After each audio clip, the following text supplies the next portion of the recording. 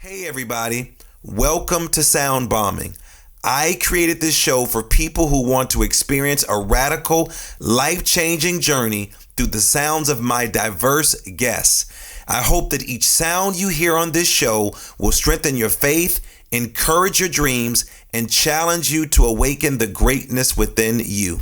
Drop the bomb. Drop the bomb. We're gonna drop the bomb. Drop the bomb. We're gonna drop the bomb. Drop the bomb. We come to drop the bomb. Drop the bomb. This is a journey into sound. A journey which along the way will bring to you new color, new dimension, new values, and a new experience.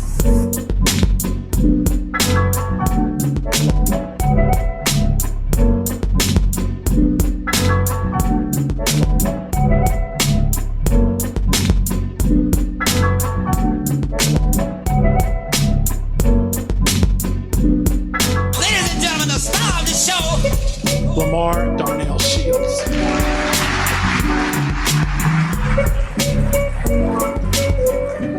Morning, good evening, good afternoon, wherever you are, whatever the time of the day is. This is your man, Dr. Lamar Darnell Shields, in the building for another very exciting edition of Sound Bombing. I am always so honored and excited that you decide to hang out with me today. Not because you like my shirt, not because you like my hat. I think you come on because you've heard or you've witnessed yourself that we have some of the most amazing individuals across the country who are doing some crazy, amazing things. And today is no different. I'm so honored that my next guest is going to bless us with some information. So you want to sit back. For my new listeners, welcome to the team. You are now part of the Sound Bombing, and bombing is a healing. To my old heads, my OGs, my individuals who've been here for some time, we thank you. We thank you for coming back, and we thank you for sharing us with everybody. We need those comments. Let us know how we're doing. You've done that thus far. You share with us guests that you want to come onto the show. So wherever you are, I hope that you're safe. I hope you're physically distancing yourself from one another. I hope you're washing your hands. I hope you are COVID free. And if you are, we're sending prayers and energy to you because we want you to be well. And so let's get down to it. So the first thing we do is we do our 3 breaths of life. So let's get started. Find yourself in a comfortable position, and you want to put your feet on the floor, plant them with your palms facing up. We're going to go with our 3 breaths. So we go with the first one, inhale. Going to hold it for 3 seconds. Exhale. 2 more times. Inhale. Hold it for 3 seconds. Exhale. On the third one, we're going to go deep, deep, deep. So we're going to go inhale. Hold it. Let it out. And what do we call that, bombers? We call that the breath of life. And what that says, that we are here. We like to clear the space and clear the energy because you don't know what I'm bringing to you, and I don't know what you're bringing to me. But at least I think I'm bringing some positive vibes, and that's what we do all the time. So as they say, let's get this party started. Bombers, if you're like most adults today, then running a business was the last thing on your mind as a child. At least that was the last thing that was on my mind, even though I'm wearing the shirt. Good thing comes to those who hustle, not just wait. But I wasn't that kid who was constantly thinking about running a business. I was into sports. I was having fun growing up in Chicago. I just wanted to have a good time. But with school, sports, and activities filling my day, the closest that most kids ever got to entrepreneurship is perhaps setting up a lemonade stand on a hot summer afternoon.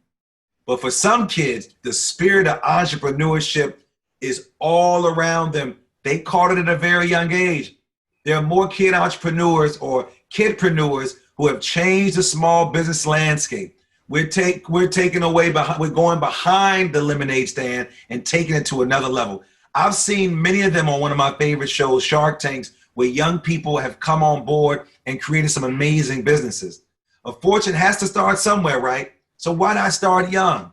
No one knows it more than ever that when you start young as an entrepreneur, you don't work for people, they work for you. They don't even need driver's license or high school diploma to transform into thriving business. For Mavericks owner Mark Cuban, for him it was selling garbage bags. For Berkshire Hathaway CEO Warren Buffett, it was knocking on doors and selling packs of gum. For Shark Tank icon, my man, Mr. Fubu, Damon John, it was a matter of repurposing pencils for girls he had a crush on. Well, our next guest, Bill Bice, was also a kid entrepreneur who was a small business powerhouse in his own right, in his own making. Today, he's going to share his story about his success and some of his strategies. Who am I talking about? I just told you. His name is Bill, CEO of Boom Time, and I love his website. Boom Time has always been an entrepreneur, starting first companies at the age of 14. At the age of 14, putting on his corporate sponsorship jacket, putting on his armor, wanting to do this business. At age 18, he started Pro Law Software, the first integrated ERP for law firms. After selling the company to Thomson Reuters, Bill became a VC as a founding partner in Verge Fund, investing in high-tech, high-growth companies in the Southwest. One of the core things that Bill has learned in building and investing in companies is that the go-to market is always the hardest part of growing a business.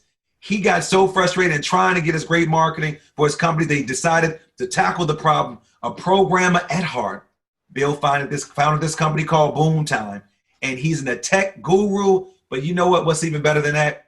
He is joining us today, yes, in the bomb shelter. That's why I'm rocking this shirt for him today, because he knows about hard work and he knows about hustle. Let's welcome my friend Bill to the bomb shelter. How are you doing, brother? I'm doing great. I want to just like carry you around. You can do an intro for me everywhere I go. Man, well, thank you, man. Let our listeners know where you are calling us in from, where you're broadcasting from. Well, I live in the mountains between Albuquerque and Santa Fe, New Mexico, which I tell you is a really good place to be hiding out right now. Well, let me just tell you this. Before COVID, I was in Las Vegas, not Nevada. People always say, Las Vegas, Nevada. No, I'm not a gambler. Well, I gamble on my own gifts. Let me just say that. But I was just in your school district working with some of your school leaders around some of the issues that they were struggling with, like most school districts. Had a great time, man. Went to Albuquerque, and great vegetarian restaurant. I wish I could think of the name of it, but great food, man. So welcome. How are you dealing with the pandemic, and how's your family and your network of team members that you're working with? How are you all doing? Well, so we're very fortunate that we went remote last summer, so we didn't have this pressure cooker having to do that right at the last minute. So we were really well prepared for it. Being a very strong introvert by nature, like this pandemic's absolutely perfect. I don't have to travel anymore. I get to spend all my time on Zoom, which, I know everybody sort of lost their patience with that, but it's amazing how much faster you can get deeper connections when instead of doing phone calls, you're doing video calls and you're seeing people right off the bat. So we're missing the in-person piece, but you used to do tons of phone calls to get to the point where you met somebody in person, and now you're starting off video right away. Right away, and I'm loving that. My good friend Dr. Jeff Robinson, who runs the social entrepreneurship program at Rutgers University in New Jersey, he was talking about everything that you just said. He said his excitement. Some people, of course, are sad about what's happening with COVID, kids not going back to school, just a variety of things. But he said, as an entrepreneur, he's really excited to see what type of innovation and creativity that's going to come out of that. Now, in my intro, I talked about Damon John. I talked about all these other, Warren Buffett, talked about all these young people, where they're older now, these people who were young, your age, doing this great work. And I told you what I was doing. Girls and sports, that was the only thing that's on my mind at that time. Didn't even think about entrepreneurship, but actually my good friend Corey, his mom had a snowball stand in Chicago. That was my first. She just died, and I called him. I said, "Man, your mother got me my first job," and that's what really got me excited about entrepreneurship. Tell us about how you grew up and what motivated you to start your own business. And at 14, where people are just playing video games, going to the store, eating candy, breaking out, puberty checking us, and you are starting a business. Well, I was just getting bored, quite frankly. So there was this strip mall right next to our high school. And I would climb over the fence and drop in the back of the strip mall. And there were 3 little sports stores being run by a family business there. And that was really what got me to fall in love with business. You know, really, it's what you talked about, you know, determining your own future. And there's this couple that ran these sports stores, and it was just great to see them doing exactly what they wanted to do. And so I learned from them. They helped me start that first business, which was related to what they were doing. We were putting on road races like, you know, marathons and 10Ks. And I wrote the software to manage that and time the races and keep track of what was going on. So it was just a great experience. It was the perfect way. That was the sort of the introduction to entrepreneurship. So I see this kid hopping the fence. First of all, you shouldn't have been hopping the fence. I would have been hopping the fence with you because I love doing stuff like that. But my hopping the fence was like, oh, let's just have fun and do that. You like, no, Lamar, we're going to hop the fence and then we're going to sit and learn from these other. I'm like, oh, I'm not hanging out with you, Bill. I should have been hanging out with you because you took what you learned and sort of ran with it. What are some of the early things that you learned about business at age 14 that sort of still carries with you at your current age right now? I learned a tremendous number of things to not do. So the good thing about starting young is that you can take the risks. Now I'm a big believer that if you have that drive, you got to make the jump no matter what. But if you're younger, like when you first graduate from college, that's the time to go start a business or join a startup because you can afford to take the risk. You can get that experience that you really need. So it's an ideal time. But I try to learn from all the mistakes I did in that time period. So when I started my software company at 18, that was just this incredible age where I knew absolutely nothing but thought I knew everything. And so it took me a lot longer to actually figure it out. That was a company that took 15 years to build. And after 7 or 8 years and actually starting to understand what it took to run a business and finally bringing in some partners that had the skills that I didn't. I mean, that's one of my core pieces of advice for an entrepreneur is the startups with at least 2 founders are vastly more successful than single founders because it's very rare that one person has all the pieces really necessary to bring a company to market. You need somebody to work with who has the same passion and desire that you do. So if you're on the business side, find the technical co-founder. The other way around, find the business co-founder. Because the likelihood you're going to be successful is so much higher when you're doing it with somebody. And it took me a long time to figure that out and bring in a couple of partners. But then once I did that and had somebody who was in charge of sales, you know what? Our business just took off like crazy. So the last 5 years, we almost doubled every year, 5 years in a row, got an E 500 for 3 years in a row. You know, it was a lot of fun. I could see it on your face, the expression that you have enjoying this. But what I liked that you just said, you talked about sort of pitfalls and failures. What has failure taught you about success? Because a lot of times we shy away from failure. I see these shirts, these models, failure is not an option, failure is not an option, failure is not an option. And of course, when I think about some of the most influential people on this planet, failure is the one thing that sort of inspired them. What has failure taught you about business and or maybe about success? Well, the key is just quit failure, right? Because you're going to fail. The key is, are you going to learn from that and are you going to do better the next time around? I mean, most professional investors in startups would much rather invest in somebody who's previously had a failure, not necessarily had a success yet, but they picked themselves back up and they're going after the next company. I'd rather invest in that entrepreneur than somebody who's doing it for the first time and doesn't know what it's like to fail. So the key is don't live in that failure. Get through it, learn from it, get back up and do it again. So speaking of failure, there's a guy who failed a whole lot, but people don't remember the failures. They remember his success. You might know him. His name is Bill Gates.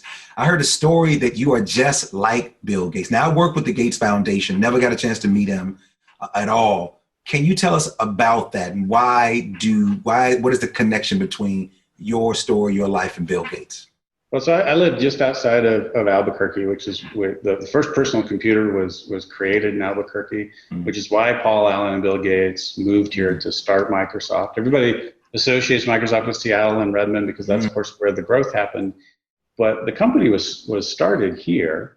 And so the parallel is I dropped out of college to start a software company in Albuquerque.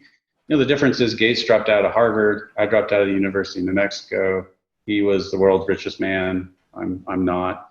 But this is the epicenter of where the microcomputer industry was created, which is just a really fascinating history.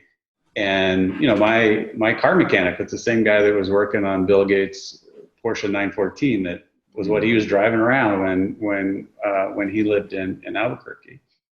And I think Gates makes another really important point. So, we talk about people like Gates and Steve Jobs, and we think that, like, okay, if we line up all these really successful people and we find what they did and say, okay, well, Gates did this and Jobs did this and so on down the line. Now, if we go do the same thing, then we're going to get that same success. And that's a horrible bias that doesn't make any sense, because there was an enormous amount of luck involved. Like, Gates, he would have been successful no matter what, because he had the drive, he had the intelligence to do it. But the reason we're talking about him is because he happened to be enormously lucky. He happened to go to a school when he was a kid at exactly the right time that got him introduced to computers, which almost nobody else during that time period had exposure to computers. And only if that happens, only if he's going to that school where he gets that exposure, does he then see the opportunity that is what he took advantage of. So I don't think there's nearly enough credit given to the amount of luck required for the success. For those of us that have had some success, we need to give credit to that. We got lucky. You can have somebody else who works just as hard, does all the same things, and doesn't get the same result.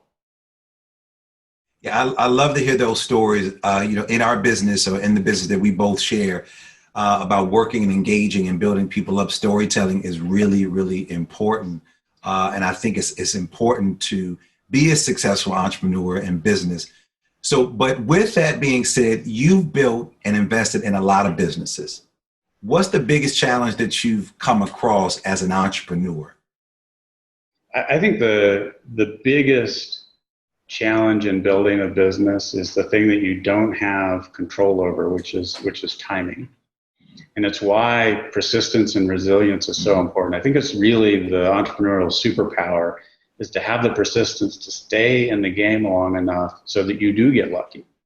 So the reason it pays off is because you worked so hard so long that the stars align, and what you've been working on all this time, suddenly the route forward comes through. I mean, you can have really great teams that are really well funded, that have a great product, that in one time period just don't work. So take Jobs and the Apple Newton, right? That just didn't work. The timing wasn't there yet.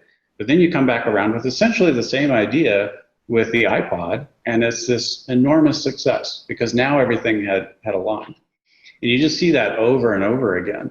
So if you have the persistence to stick with it, that's how you make your own luck. I think there's way too many entrepreneurs who give up too early.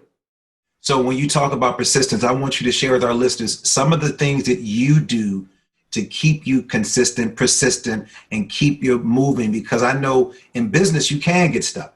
You can get stuck trying to be all things to all people. What are some things that you do when you don't feel like that you're moving forward? What are some strategies? What are some books that you read? What are some things that you actually do that our listeners can then say, you know what, let me do some of these things. Maybe I'll get unstuck. Maybe I'll be more persistent and consistent in moving forward to start or run my own business as well. Yeah, so the key is, how do you find the path forward when everything's not quite clicking? And I'm such a huge fan of the lean startup approach, which in summary is just really quick iterative cycles that are customer focused. Like the idea that you're going to go off and just build an incredible product. Steve Jobs is perceived as having done that, but the chance that you're Steve Jobs is extremely low. I know I'm not Steve Jobs.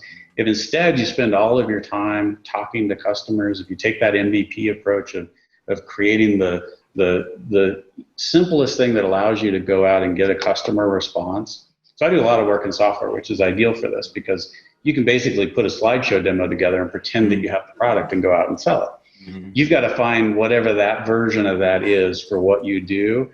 And if you're getting constant customer feedback, then even if everything hasn't lined up and you're not creating the killer company, you're finding a way to make money. Mm-hmm. And so I think that's crucial, is that lean startup approach. I think the vast majority of entrepreneurs should not raise professional money. And I say this having invested in a ton of companies, because it creates this artificial external pressure that is you have to get there right away. Because if somebody's putting in money, they expect a significant return in a short time period.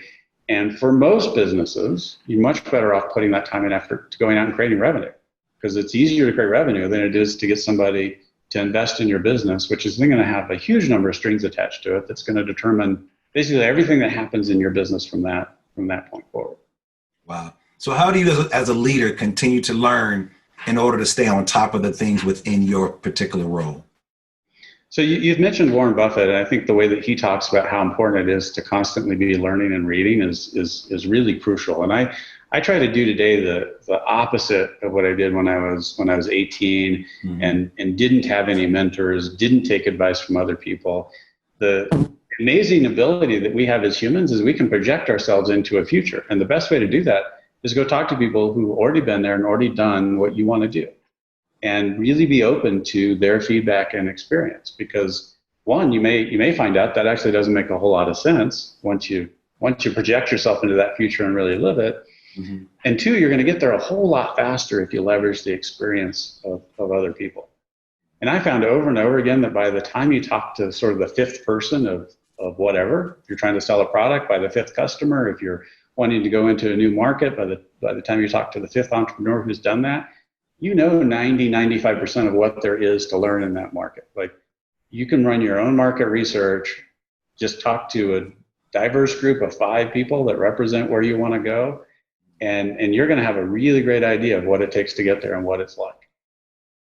So since COVID has taken over the planet since February and March, what's the biggest surprise you've had in the last few months, and why, as it relates to maybe COVID or just what's going on in the world, period? Not only just from COVID, healthcare, racial unrest. There's so many different things that are happening at the same time. What's been a biggest surprise or maybe a challenge for you as an entrepreneur? Well, I've been amazed at the pace of acceleration that has come about because of this crisis. I mean, we look at what's happened with racial inequality and how that has been compressed in this time period. And I think the pandemic created the opportunity for this massive progress that has occurred in such a short time period. And that's occurring in all kinds of areas. The way I look at it is, whatever the trends are that you're tracking in your industry, your business, where you expected to be 10 years from now, well, you're there today instead. Like, we're living 10 years of progress in 1 year.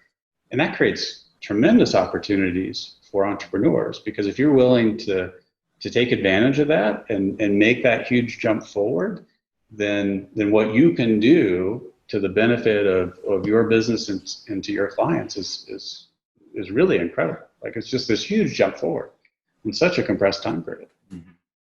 What are some things that some entrepreneurs should be focusing on right now as it relates to the pandemic? Because we don't know what the outcome is going to be. A lot of businesses are going under because, I mean, we talking businesses that you and I grew up on, that's been around for years and years and years, who've outlasted other things. What are some things that businesses should be doing right now to sort of stay the course? Well, I think the key when you have this level of uncertainty is scenario planning, where you are working out. You got to compress your planning cycles. Like, you're just not going to be able to plan out for the next year because we don't know what's going to happen. So what you do instead is plan out, okay, well, if things go really well, what would that look like? If they go just horribly, what would that look like? What's the middle? What's great about going through those different scenarios is that you'll pick up on the strategies that are common across them that help you move to the better approach. And doing that on a much more regular basis than maybe you have in the past is just, it's required when there's so much uncertainty. So if you haven't done scenario planning, go Google it and see how you can apply that to understanding how you can bring some certainty, at least in how you react, given the massive amount of uncertainty that we're all dealing with. So I must admit, man, I had so much fun going to your website. Your website, Boom Time. I love the layout of the site. Everybody on there looks so happy to be doing the work. You all do so many different things. Our team, they do the research. So we just don't go to a site and then pull stuff out. I mean, they really, really do the research on the people that we bring on. And quite often, sometimes I don't get a chance to go to the website. And I really love the things that you are doing. One of the things that really stood out to me is that you do work around marketing. You know, what are the most common mistakes that you see people making in marketing? And I always have this running joke. When I look at somebody like, I want to talk about Harriet Tubman. So Harriet Tubman is a woman who freed a lot of people that were enslaved. And I always say to them, Harriet Tubman did not have a Twitter account. Harriet Tubman did not have Facebook. Harriet Tubman did not have TikTok or social media, but she had a great marketing strategy and people gravitated towards her. What are some of the common mistakes that people seem to make when it comes to marketing or bringing customers to them? Well, what she had was word of mouth, right? Which is word of mouth. Yes, indeed. Classic form of marketing. That's actually so much easier to do now that we're all digitally connected. Like you can amplify this thing that you think of as just being this old school, referrals happen. Well, we can do things to make those referrals happen. So, I see the same two mistakes over and over again in business. And so the first one is in talking about yourself. And it seems a little contradictory because the whole point of marketing is to get your message out there. But the problem is nobody cares about you. What they care about is the problems they have in their lives, their career, their business. And so great marketing is talking to your audience about what's important to them. It's not about you. And so if you just flip that, most companies have 90% about them and 10% about their clients. Flip it the other way around, and suddenly your marketing will be vastly better. And then the second problem is just the lack of consistency. Like there's no miracles in marketing. The approach to take is learn from people who've already done it. Companies are already successful in your niche. You don't have to go figure it all out. There's somebody who's already doing it well. Pick a strategy that's proven, and then stick with it for a long time period. Because what we see over and over again is that the real results, they start coming in 6 months in, really starts to work 12 months, and 2 years later, you're just like, this is amazing, because now we're doing something consistent, getting our message out in front of the right audience over and over again. Most companies, what they do for marketing, I call it random acts of marketing. Like it's just this random series of things getting thrown up against the wall. Pick a long-term strategy, stick with it. You'll be amazed at the results that will produce. So tell our listeners a little bit more about Boom Time and also B2B sales. Explain to them the concept, your strategy, and how your strategy is very, very different from other people in the business. Yeah, so this is something where the pandemic has really accelerated this switch because in B2B, pre-crisis, it was all about going to conferences and trade shows and meeting in person. And suddenly that's all been taken away from all of us. And so instead, we have to do it digitally. The engagement on LinkedIn went up after this huge run the last 2 years where it's just been on a tear. Then the crisis hits and suddenly engagement goes up 55% overnight. And so we have this really amazing place that, if you're in B2B, every one of your prospects is out there sitting on LinkedIn. And if you're focused in on a particular niche, this means that you can build a network on LinkedIn of every ideal prospect for your business. And then you can talk to them forever after without having to pay any third-party media company to do so, which I think is the most undervalued asset in any business, which is that audience that you own that you can talk to over and over again without paying anybody else for the privilege. So that ability to get your message out to exactly the right audience, it takes time to build that network. And the hardest part of it is that content. You have to create this content machine where you're staying in front of, it's what makes podcasting so powerful, right? Is it's this constant way to stay in front of your audience. That doesn't mean you have to start a podcast, but you have to have a way of getting really valuable insights and perspective to your audience over and over again. So the thing that we do that's unique is we figured out how to build that content machine so we can create that content for our clients day in and day out. So we're constantly staying in front of their audience. Is that the challenger sale? Is that the same thing?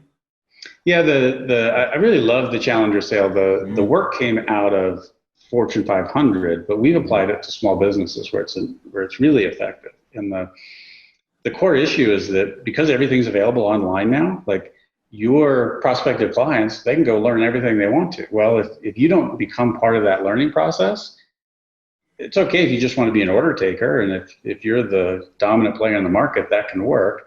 But the small businesses we're working with are not in that case, right? They're competing against these really huge companies. So you have to go create sales opportunities. And the way you do that is by sharing the insight and perspective you have because you know your niche inside and out. That's the challenger sale approach. It's not just sitting back and waiting for a prospect to want to get the pitch. It's going out and showing people how their lives, their business could be really improved because you have this great experience you can bring to them. So you talked about building, building this great company in these organizations. Two things. What is your overall philosophy for leading an organization? And then what's the most important advice can you give to someone who's attempting to build a team during this pandemic? Because again, we don't have face-to-face, we just going virtually. So what's your overall philosophy for leading an organization? And then what's the most important advice you can give for building a team? I think the crucial issue coming into a crisis like this is it's all about communication. And one of the real challenges with being a leader when you're faced with this kind of upheaval is that we really want the answers. Like we want to know what's going on before we come back to our team. And the problem with that is you're not going to get all the answers. So you got to be willing to come out and communicate and be open with where you're at. This is a time when you've got to over communicate, both inside the company and outside, and be open about here's what we know, and then come back as you get more answers because there's so much uncertainty right now. Everything you can do to help allay that, because your employees, they're much more worried about the things they don't know than the reality of none of us have all the answers. They'd much rather you be open about that and have the path be clear. So it's over communicate. That's what you have to do in a circumstance like this. So many companies went dark when this crisis hit, and that's the worst thing you can do. The second worst thing you can do, by the way, is just continue to do exactly what you were doing before and ignore the fact that the world has changed. So then you look tone deaf. So you've got to reevaluate all your communication and make it relevant to what's happening right now. In terms of building teams, the thing that has always worked better for me is to focus on attitude and aptitude. And it's exactly for reasons like this, because a black swan event like this comes along, completely changes everything. Having a team that's able to adapt, that's able to learn quickly is just crucial. And I think it's always important in a startup, because if you just hire for a skill set, what you need 6 months from now is going to be different than it is today. You need to hire for attitude and aptitude so that your team can grow and adjust to all the things that are going to happen on the journey. Well, Bill, how can our listeners get in contact with you to continue the conversation, and possibly if they want to be one of your clients, walk us through that process, contact information, how can they get in contact with you? Yeah, so it's great to find me on LinkedIn, where we do exactly what we recommend, which is we share all the things we've learned about marketing. I'm really passionate about small business, so I want as many small businesses to be effective in their marketing as possible. So we give away all the things that we have learned. So you can find me on LinkedIn. You can go to our website at boomtime.com. You can reach out to me at ceo@boomtime.com. I love talking about marketing. What are some of the, how important are questions to you in your profession? Well, I think it's important it's that same learning from when I started my first company, right? The more questions we ask, the more and faster we're going to learn. Somebody else already has all the answers. So like what we do in marketing is so much more effective to go out and find someone who's already been there and done it. Larger companies have spent millions of dollars figuring out how to take this kind of product or service to market. Let's go ask the questions. Let's learn that. every time I sit down with a new business owner, that's what inspires me so much about doing this. It's learning from them, all of their experiences, and it's just every single one is a learning opportunity. What are some questions that you've been asking yourselves over the last 6 months? And what are some questions that your clients have been asking of your team over the last 6 months or to a year?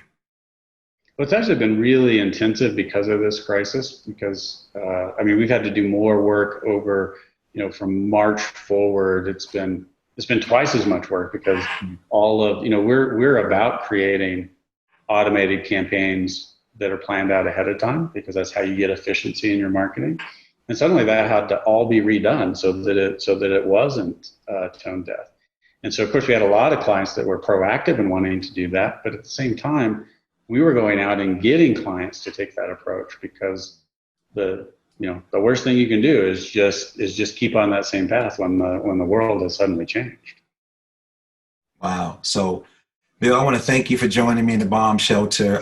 Your information was amazing, like I knew it would be, because when they sent me the site and all the stuff, I was really excited to have you on, because I'm in a space full of entrepreneurs and CEOs who are trying to figure out some solutions to what's going on. But before you leave, my favorite part of the show is called the Super Bomb Questions. And these are questions that people send in to me. They want to know a little bit more about the CEO. What does it mean to be a CEO? So you ready for the Super Bomb Questions, Bill? Absolutely. All right, let's go, brother. What is your favorite word? Resilience. What is your favorite quote, or it could be a spiritual verse from a holy book or something? Yeah, I love this quote from George Bernard Shaw. The reasonable man adapts himself to the world. The unreasonable one persists in trying to adapt the world to himself. Therefore, all progress depends on the unreasonable man, which may be excuse for being really difficult, but I also think that every entrepreneur has to have part of that in them in order to go build something new that's worth building. Yes. What's your superpower? It's that same thing. It's persistence. Like, the thing that has worked for me over and over again is staying in the game long enough to find that success. What's your spirit animal? So this may seem a little strange, but for my first software company, our mascot was a zebra. Mm-hmm. And it worked so well for us. This is back in the time when you would buy advertising in magazines. Mm-hmm. And so black and white is cheaper. We used a zebra, and I've loved zebras ever since because it worked really well. What brings you to tears of joy? Well, the real answer is family. I think probably the most important lesson I have learned is that it really is about the journey. So often when you build a business, you get so focused on creating this end result, this exit, which is great when it happens. But you know what happens is you just turn around and you do it again, right? So reminding myself that it's really about the journey and being there with my family as we do that. That to me is where the real meaning comes from what we're doing. What brings you to tears of sorrow? I don't really have that reaction. I think the resilience is so key. I have a very stoic view of this issue, which is every setback is simply an opportunity to figure the right way forward. Love that. I live by that as well, man. Appreciate that. What book or books have you given the most as a gift, and why?